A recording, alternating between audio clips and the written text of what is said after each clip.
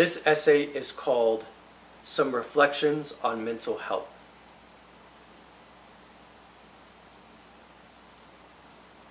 Today is a good day. I woke up feeling pretty determined. I've got family and friends, and I'm focusing on the great things that I have and that I get to enjoy. My hope is that I'll be able to remain determined and focused. The other day, I was thinking of the intensity of our existence and how we have no choice sometimes but to confront death and the hardships of life. Often in life, we have to confront unpleasant things, and that can be difficult. Remembering that death and suffering is a part of life is not easy to remember. It's existential, the existential crisis. It's difficult to have life when many different things happen and do happen, things we might not be ready for, but that happen anyway. When I think about what people I love have been through, it can be tough. It doesn't make sense or seem fair, but it's the way that it is. Yet resilience is another important theme to all of this. I have been resilient in my life, and so have my loved ones. I feel as though it's important to remember what you have overcome, what I have overcome. While we have been through a lot, we do our best, and we do get through. Resilience and determination are important to remember. Cultivating those traits is incredibly powerful for the unpredictabilities of life. I've been thinking about mental health and the complexities with those things, all it involves. It is complicated. People I know have been through a lot because of mental illness. It's not something I ever would have expected in retrospect. I keep thinking of what I went through when I was 21 and how difficult it was for me when I got off my meds and struggled with psychosis. Mental illness is not something that everyone goes through, but it is genetic. I'm trying to have more compassion for myself, for what I have been through with mental illness. It's a tough thing that has deeply influenced my life in so many ways, not ways I always anticipated. That's not an easy thing to recognize, but the point I'm trying to emphasize is that I got through it. I persevered through it. It's not easy to remember the self-compassion piece. Mental illness almost uprooted my life when I was younger, and it's hard to imagine that this was what happened. I didn't want it. I didn't want the struggle that came with it.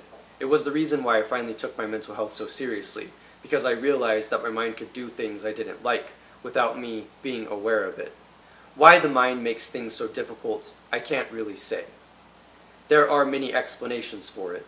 It's a confusing thing though, even with the scientific explanations. Mental illness is not so easily understood, especially on a social and interpersonal level. I personally don't understand it, and I lived through it. My assumption though is that the human mind is easily subject to delusion and confusion, at least in some cases. And it's obvious that people experience that sometimes. The mind, in other words, is not always rational.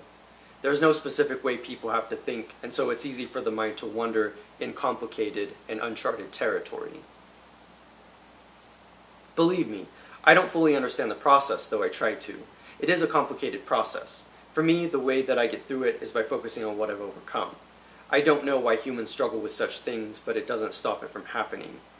Aside from unpredictability and other unknown factors about the human mind, it can be difficult to understand why we do the things we do in the first place, what process is at play.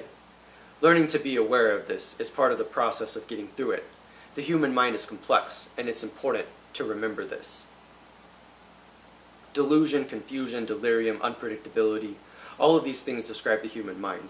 I of course don't want to only focus on the places where the mind is subject to such negative processes because the mind is capable of good things as well. But that said, it is interesting where the mind can go, and it is important to acknowledge it.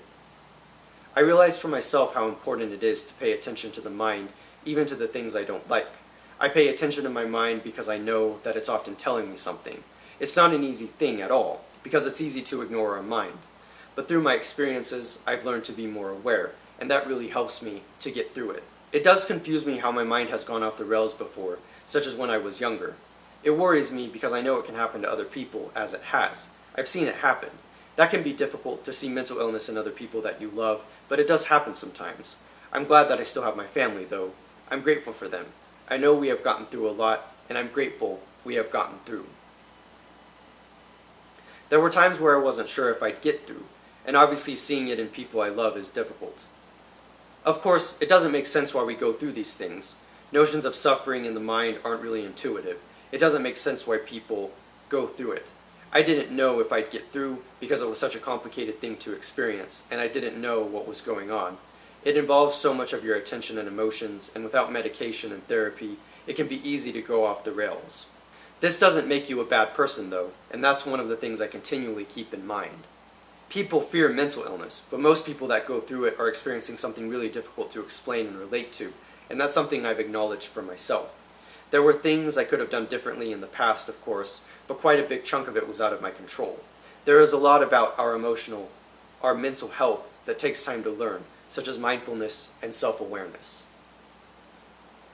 I believe that people can definitely thrive with mental illness, though. I'm sad what the people I love have been through, but I'm also grateful that they have pulled through, that they are still here, living normal lives. I have to give myself credit, because I have gotten through it too, and that matters. It's definitely a good place to be, where you feel that you have more control over your life. Personally, I feel like I have more freedom in my life now, and that gives me hope. I've dealt with it. Mental illness is not something that will occupy your whole life once it is under control. As I've told myself many times, life is about learning not just to survive, but also thrive. I find value in such a notion. It's not just about getting through, but also enjoying life and finding joy. You can find joy in life even with mental illness. I've found joy. Even though at times I fear death and the unknown, I've learned more and more that we can get through these difficult things, that we can have a healthy mentality and push through the difficult things. I struggle with it sometimes. I seem to be very sensitive to the suffering of others, and I have visceral responses to pain. But we can get through. We push through. I may not understand what I've been through or what other people have been through, but the people I love have been resilient. We are definitely resilient. That matters for pushing forward. No need to fear the unknown when we've got each other. I'm hopeful for the future. I've learned a lot.